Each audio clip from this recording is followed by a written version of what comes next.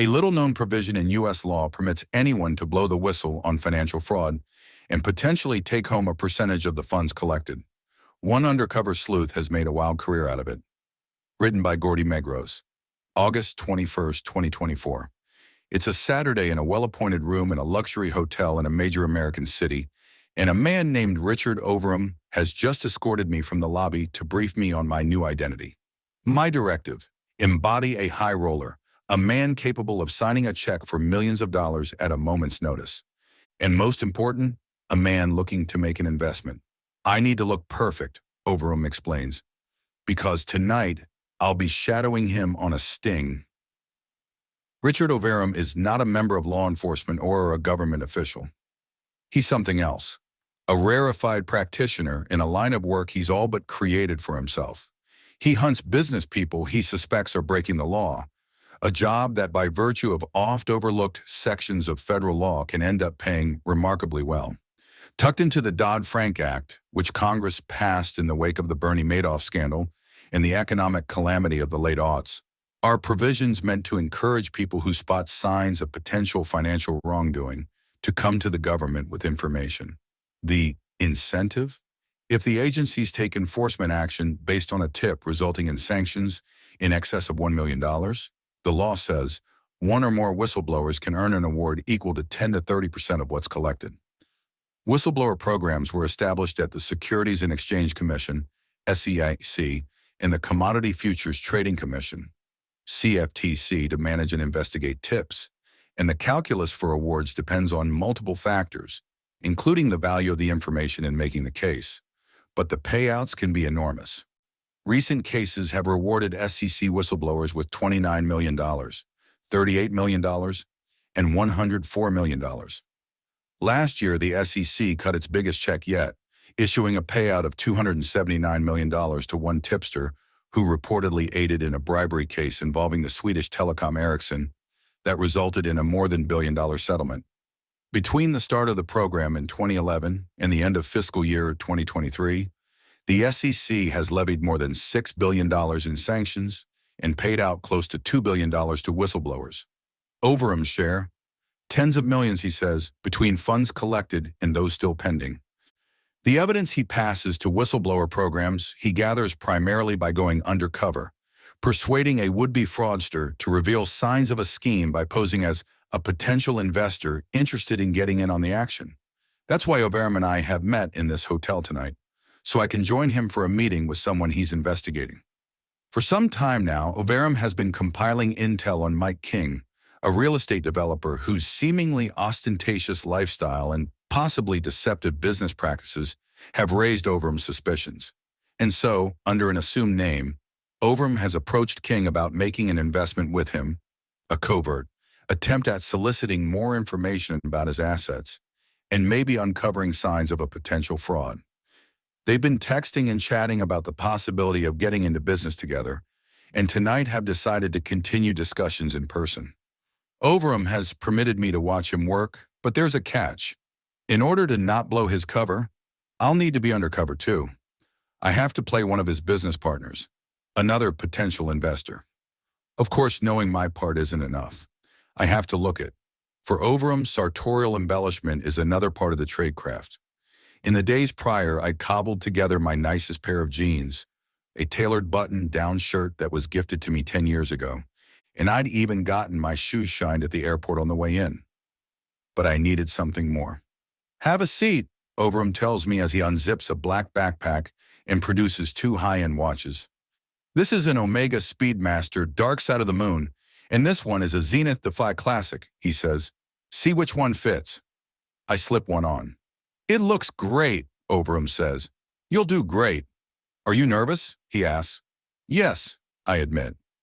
But as I look at Overham, he seems self-possessed, poised almost. It's as if all this, meeting King under a fake identity, preparing to expound at length upon a business opportunity he has no real intention in investing in, is just another day at the office, and that's probably because it is. "Okay," he says as we prepare to leave the hotel room. "Time to go to work." I haven't told you what Overham looks like, or where he lives. I'm not going to tell you what kind of car he drives or what teams he roots for. Wayne, that's because I've agreed to withhold key identifying details. I want to keep doing this for as long as I can, so it's very important that certain things about me remain a secret, he tells me. If you try looking me up on the internet right now, you won't find a thing. What I can tell you about Richard Overham is that his name is not Richard Overham. That's the kind of alias he might use in the field. Richard Overham is a play on Dick over them, he tells me. While we were together, Overham used another alias, a moniker that I can't reveal because he's currently using it in yet another case, but I can tell you that it's also phallic. So are your aliases all dick jokes? I ask him. He chuckles. That's right, though not a dick joke. Mike King is also a pseudonym. Overham's sense of humor, often childish, helps him add levity to his day-to-day, which is otherwise earnest and sometimes dangerous. He's been working as a professional whistleblower for over a decade now, zigzagging the country to cozy up to suspects that he charms and cajoles with cunning, lies, and manipulation in order to coax from them the blueprints for any number of white-collar scams, from Ponzi schemes to prime bank frauds. As a motivator, the cash that he might collect is never far from Overham's mind. Back when it was instituted in the post-Madoff era, the whistleblower programs were meant to bolster enforcement at under-resourced government agencies. Authorities at the SEC and CFTC would now have help in the form of newly incentivized citizens. And in the most general sense, the program has worked as intended. In fiscal year 2023, the SEC received over 18,000 tips and awarded nearly $600 million to 68 individual whistleblowers. The vast majority of people providing tips to whistleblower programs do so only once in their life. They are not, as Overham is, repeat customers. Over the course of his career, Overham says that his tips, which can include hundreds of pages of evidence, have led to various regulatory agencies, including the SEC, taking action approximately 90 times. An SEC spokesperson declined to comment on Overham's claim, citing agency policy to not remark on the existence or non-existence of a possible whistleblower submission. You may be wondering why someone who has such a great thing going would risk blowing it all up to talk to a journalist for a magazine story. That is, why go to such lengths with the aliases and fancy clothes and watches, the anonymity, all the efforts to obscure his identity in my reporting, only to talk so openly about his process? Well, Overham says he suspects his identity could be exposed one day, and it might only be a matter of time. There might only be so many whistles to blow before Richard Overham could be forced into the light. Giving up on this line of work is a non-starter, so he's got other plans in that event, training up a whole new corps of whistleblowers to follow in his footsteps to start. So talking to me is a call to arms. Everyone, he says, should know about this program, and everyone should know where to find him. At this point, leads reach Overham in a variety of ways. He has worked with a number of lawyers who specialize in representing whistleblowers, and who often point Overham in the direction of a potential target. Sometimes it's employees of companies who see a problem but aren't comfortable being a whistleblower, he says. Sometimes it's from somebody who just has a bad feeling about somebody and what they're doing. Overham has also created an email tip line that he operates, activist whistleblowers at proton.me, spreading it through his network of lawyers and confidants. Lately, he's been looking for potential targets on social media. If he sees people posing on Instagram with yachts, say, or cars that cost hundreds of thousands of dollars, while also trying to raise money, he says, bells immediately go off. They just seem too good to be true, says Overham. He notes that he peruses so many accounts focused on ostentatious living that his algorithm is now flooded with images of absolutely over-the-top lifestyles, themselves worthy of further investigation. I've found so many leads this way. Lawmakers might have been hoping to incentivize employees who stumble across signs of fraud to speak up, but they've also birthed a burgeoning cottage industry, professionals whose careers are built around whistleblower payouts. Supporting tipsters like Overham are private attorneys who specialize in presenting whistleblower evidence to the agencies and making the case that they should investigate. In some instances, there are even firms who finance whistleblowers, taking a portion of awards when they're earned. And so the nascent industrialization of whistleblowing has begun to draw criticism from some observers who wonder whether the system's intentions have been warped. If funds originally meant to support an army of citizen whistleblowers are increasingly funneling into the pockets of a small cadre of experts. But as long as he's able, Overham will keep blowing the whistle, sometimes pursuing as many as a dozen cases at once. By this point, he's got a process. Overham pores over financial and legal information. He hunts for aliases and bankruptcies and business setbacks. When investigations advance to a stage where he needs to interact with a target, Overham will often pose as a would-be investor. Selecting the right assumed identity for any given subject also takes work. Overham spends hours analyzing the subject, trawling through their social media, or listening to any podcast they might have done. I need to build a psychological profile, he says. I need to find out what's going to motivate them. Regardless of the choice, the character needs to feel lived in, and Overham has to be prepared to speak with a high degree of expertise in any number of fields. A lot of what I do is method acting, says Overham. I have to understand what my profession is in order to be able to go 20 minutes deep on whatever it is I say I'm doing, and I need to study that role so that I can play that character. Outreach typically begins with a call. Overham is trying to pull information that might be incriminating and also build rapport. Flattery and empathy take you far, Overham notes. And one big thing he's learned over the years is to act somewhat naive. Not being able to understand what they're saying has allowed me to rephrase questions over and over until I get the answer from them that I'm looking for, he says, the incriminating answer. In between calls, there are always text messages. It's rare, Overham says, that you'll go long without hearing from a target that turns out to be running a scam. They always need money, he says. They're always running short on cash. Damning information, Overham says, is surprisingly easy to tease out of a conversation. Nobody expects to meet with a would-be whistleblower. Their guard is down because they think I'm an investor. I'm like an undercover cop in a world where undercover cops don't exist. Over the years, he's honed a very particular skill set that has brought him into the confidences of a litany of potential lawbreakers. Brazen business people who often think at first that they are getting one over on Richard Overham. Generally, it's the other way around. But slip-ups do happen, and even one misstep can threaten a case. A few years back, while driving his car, Overham was on the phone speaking with a subject. The man asked who had referred Overham to him. Overham dropped a name. The man on the phone responded, "That's funny. I just hired that person. He's never heard of you before." Overham finished up the call and pulled over to the side of the road. He was so angry at himself that he got out of the car and smashed the burner phone he'd been using to pieces with his foot. He learned from that experience. Don't ever say something to a possible scammer unless you're absolutely sure that it won't come back to bite you.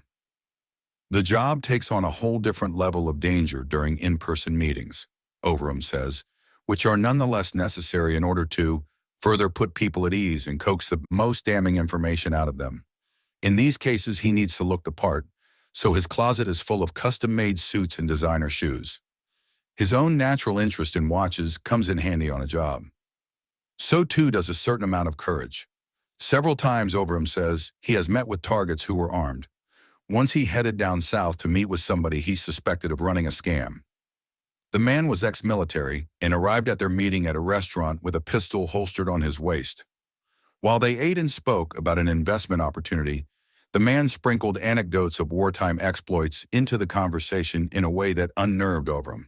He found the experience unsettling, but over the years, he's learned to maintain his composure. When I was first going undercover, I would get back to my car and throw up. These days, he relaxes by listening to metal bands. Tool and Nine Inch Nails are favorites, and playing video games like The Last of Us. And before I'm about to meet with a potential scammer, I'll meditate for 30 minutes, or I'll jump on Zoom with my therapist, he tells me. After that, I'm in kill mode. Overham had first been tipped off on King, the real estate developer, by one of his attorneys. And because his initial research showed signs of lavish living, like opulent houses and high-end cars, perhaps a red flag, but nothing illegal, he would have to get closer. Overham decided to approach King as a potential investor, posing as a well-heeled businessman looking to park some money. He called King to introduce his character and let him know he was interested in meeting. Not long after that, Overham visited King's office, noticing more than one luxury automobile on the premises. In that first meeting, King would regale Overham with stories of his experience as a developer and describe a number of different investment opportunities that, Overham thought, seemed too good to be true. Time and time again, he seemed to be telling Overham that if these projects went as planned, he could expect a handsome return on his investment, all with apparently little associated risk. One opportunity stuck out to Overham: land that King was preparing to develop. For the project, he had told Overham, he would need to raise millions of dollars in just a short period of time. The amount of money and the urgency of the timeline seemed odd to Overham. Somebody with that much experience, somebody who has done all the things he's claimed to do, shouldn't need an investor to ensure a project goes off, Overham told me. Something strange was going on here. Overham was pretty sure. It would be important for Overham to continue growing the relationship, determining what additional information he could draw out by posing as a potential investor. King proposed they meet again, this time at a luxury hotel, for some fun followed by business. When Overham agreed to let me shadow him that night, I watched him deftly channel his character, staying vigilant for all manner of speed bumps that might have spoiled the plot. The emergence of high-definition cameras on cell phones, for instance, is a major peril to undercover work. I took note of Overham ducking away at several points to avoid winding up in the background of someone's photo. To do this work well requires internalizing this paranoid hypervigilance while still exhibiting a graceful self-confidence. Managing these contradictions, I quickly learned, isn't easy. When, that night at the hotel, someone asked how Overham and I knew each other, a question I'd even been preparing to answer, I froze. Was I going to blow Overham's cover on a simple introduction? Expertly and casually, Overham jumped in and described us as old friends, pivoting the conversation to safe territory. Watching Overham in the white marble-floored hotel foyer was to see someone uncommonly poised and clearly in his element. Over the background din, I heard him speak about his supposed line of business with a level of expertise normally reserved for real industry veterans. At once, he was fully in character, but also seemingly fully himself. Later that night, after leaving King behind, I asked Overham if anything King had told him might be incriminating. Overham told me that his claims will prove interesting only after he keeps digging and determines whether they're real or not. If he was lying to us about anything, then yes, said Overham. You can't misrepresent your wealth or assets to potential investors. That's fraud. It was more than just that financially tantalizing quirk of the federal whistleblower law that drew Overham toward this line of work. His own family had been rocked by fraud, he says. While Overham was still quite young, he explains, his father made a devastating investment. The details were always fuzzy, but the event cast a long and profound shadow. It was a scam, Overham says, succinctly. My father lost everything. He suffered too. His family moved around a lot in the wake of the incident, and Overham says he turned to alcohol and drugs as a teenager. In his 20s, Overham began working in sales. I learned how to read and react to people's body language, he says. I learned people's tells and how to capitalize on them. During this time, Overham would obsess over the impression he could make on people, even practicing his smile in front of a mirror. Like an athlete, he studied filmed interactions of himself making sales pitches and hunted for ways to improve his performance. In some ways, he never really left sales. I'm selling this fictionalized version of myself, he says of his work now, and it all hinges on the story. Overham's journey to becoming a professional whistleblower began in 2011 when someone he was close to told him about a problem at work. He had been hired as a contract worker, but felt that he was required to perform tasks reserved for full-time employees.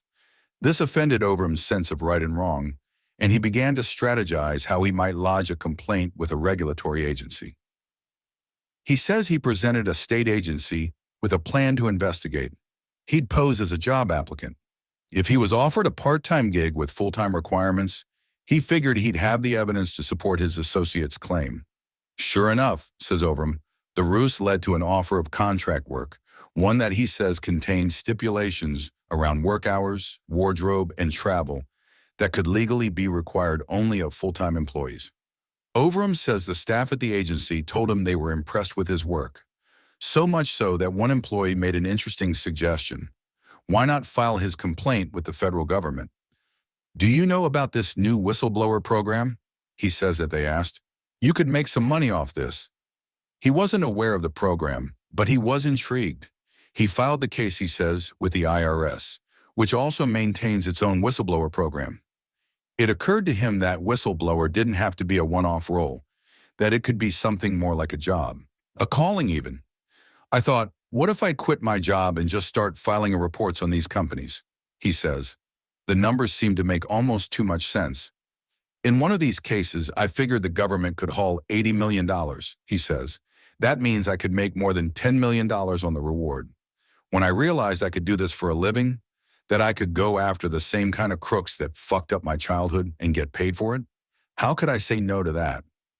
Overham says he used the same tactics he'd first employed, posing as somebody looking for a job, to secure evidence against about 30 more companies. But he started to recognize some of the inherent challenges in this covert line of work. First of all, he was constantly busy, often researching case law. "I'm not a lawyer, but I was spending months building out cases to support these tips," he says. "That wore on me." Plus, there was a cash flow problem. After around 3 years, his cases were still inching through the regulatory agencies. By that point, he says, he'd been paid only one award. It could take 7 to 10 years in some cases to get a payout, he says. That wasn't sustainable. He stepped away, finding a job in finance, but he always found himself analyzing deals he was working on for potential fraud. "I was missing the thrill of the chase," Overham says. "I really realized that I was an investigator at heart." A few years passed, and one day Overham says he got a call from Washington, D.C. An employee at the Federal Trade Commission, he says, wanted to discuss the ins and outs of a particular fraud scheme that Overham knew well. The conversation reignited his interest in hunting these cases. But to make it work, Overham would need to rely on a different system and some partners. Overham discovered the lawyer Mark Pugsley, an expert in securities law who had recently represented a whistleblower who would help to unravel a $500 million-plus tax credit fraud scheme. Pugsley had worked with dozens of whistleblowers in the process, becoming a magnet for leads on prospective cases. He was instantly impressed with Overham, he told me. "He has a very strong sense of what's right and what's wrong," says Pugsley. "But I also saw that he's a guy who has big balls. Somebody who could go into situations that could be potentially difficult, and because he's a good talker, he can talk people into giving him information. He also worked in finance, so he sort of knew the language of investing."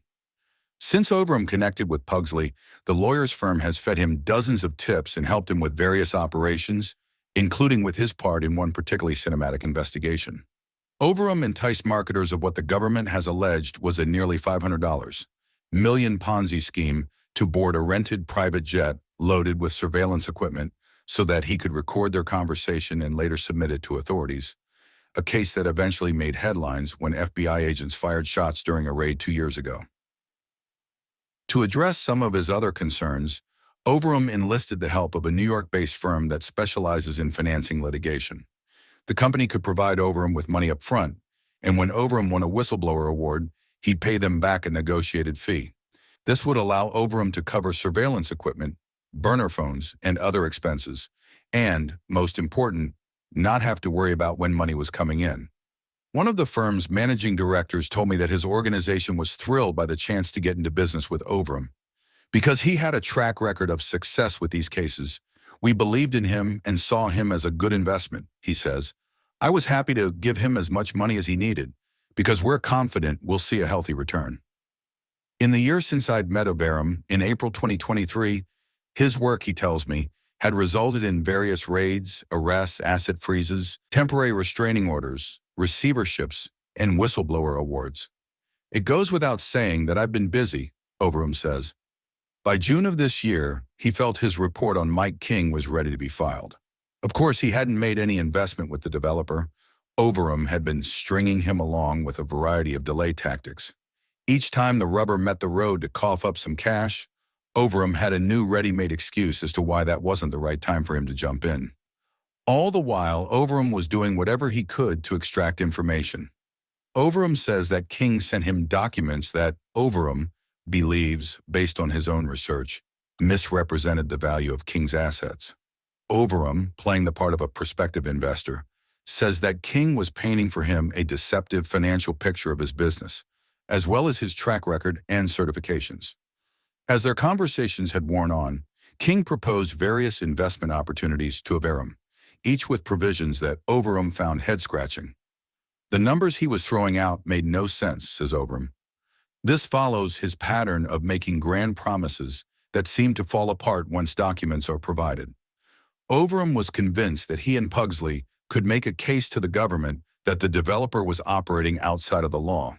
As of this summer, they were strategizing about the most advantageous way to file the report and how to most effectively present the evidence Overham had gathered. That is, trying to figure out how to get their hoped-for reward, to say nothing of justice, as quickly as possible. His work on this case might not necessarily satisfy critics who worry about an industry developing around whistleblower payouts, but Overham remains focused on the bottom line. The simple fact is that whistleblower programs work, he says. If whistleblowers are financially motivated, they're going to do a better job making sure their information is correct so that they can win an award one day.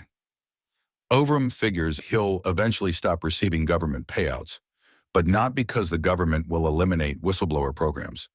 It's because he suspects that his identity might eventually be revealed. It's an outcome he dreads, but he's already developing a contingency plan that won't require him to work in quite the same way.